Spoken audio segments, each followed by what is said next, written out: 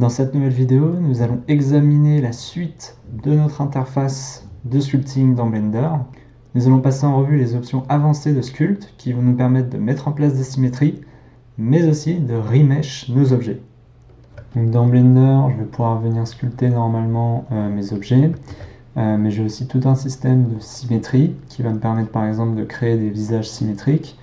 Donc si j'appuie sur ici en haut dans les options avancées et que je viens cocher la case X, je vais rentrer en mode de symétrie sur les axes des X et du coup pouvoir venir tout de suite créer un visage très rapidement à partir du coup de cette symétrie sans avoir à créer les détails sur les deux faces de mon visage. Je peux venir accéder à différents axes de symétrie. J'ai aussi un système de symétrie radiale qui est très intéressant pour créer par exemple des arabesques, etc.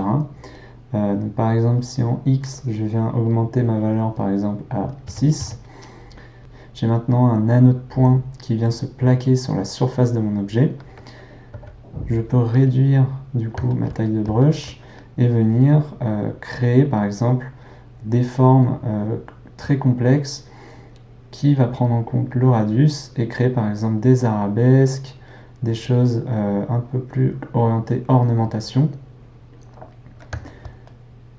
Je vous invite à venir un peu tester tous les paramètres possibles.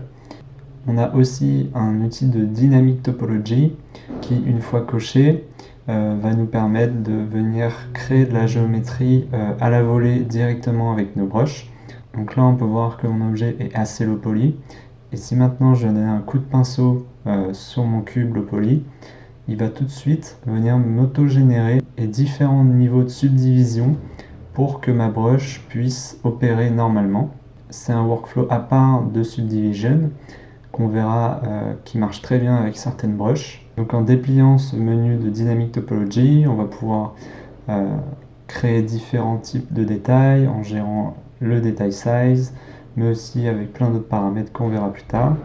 On a aussi une option pour venir faire une symétrie de notre objet, qui va nous permettre, si par exemple on a sculpté de manière asymétrique et qu'on a envie de repasser sur un mesh complètement symétrique, en un seul clic, de venir recréer une symétrie sur notre objet. Nous avons à côté de cet onglet de Dynamic Topology un onglet de Remesh qui est très important dans le workflow de sculpting dans Blender. Il va nous permettre de remesh intégralement l'objet suivant une taille de voxel. Donc si de base j'appuie sur le Remesh, on peut voir qu'il vient me subdiviser uniformément mon cube.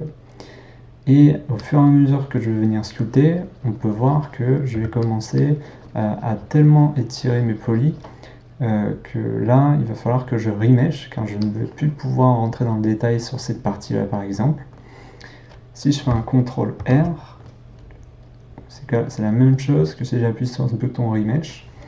On peut voir que dans cette partie, il m'a rempli les polygones qui étaient très étirés par la même densité de maillage que j'ai sur mon cube. Et du coup, je vais pouvoir recontinuer à sculpter sur cette partie, etc. Refaire un CTRL R pour pouvoir revenir avec une topologie de base et continuer mon sculpt jusqu'à ce que j'atteigne les limites pour ensuite refaire un CTRL R. Donc cet outil de remesh, on va l'utiliser en permanence. Ça va nous permettre du coup de créer des gros volumes, de faire des poléens entre différents meshes, etc. et venir tout remesh pour avoir une seule et même forme uniforme en termes de topologie. Donc à partir de ce cube, on va pouvoir venir rajouter de la matière soit via les brushes, mais aussi en créant des booléens entre différentes parties. Donc par exemple, imaginons que j'ai envie de créer une sphère parfaite sur ce cube et ensuite venir sculpter. Je n'ai pas d'option en haut pour venir rajouter un mesh. Il va falloir que je vienne en Edit Mode avec CTRL Tab. Donc on va sélectionner le mode Edit. À partir de là, je peux faire un Shift A et rajouter un mesh au sein de cet objet. Donc par exemple, une UV sphère. Venir la déplacer dans l'espace. Et par exemple, venir créer un booléen de cette sphère avec le cube. À partir de là, je vais venir repasser en Sculpt Mode avec CTRL Tab, Sculpt Mode. Donc là, on peut voir que maintenant, je peux à la fois sculpter ma sphère, mais aussi mon cube, mais ils ne sont pas liés. Là, j'ai juste besoin de faire une opération de remesh, donc avec CTRL-R, et j'ai soudé mes deux objets.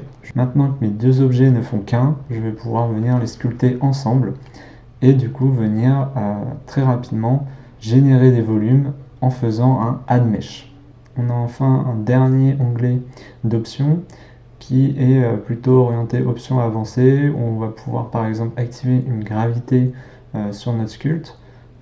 Si par exemple je mets un facteur de 1 en gravité, que je viens remesh mon cube et que maintenant je sculpte par exemple en bas, on peut voir qu'il prend en compte une gravité. Ça peut être intéressant si vous voulez par exemple créer un aspect un peu fondu. C'est un workflow. On a aussi pas mal d'options plutôt orientées viewport 3D qui va nous permettre d'optimiser notre expérience dans le sculpt.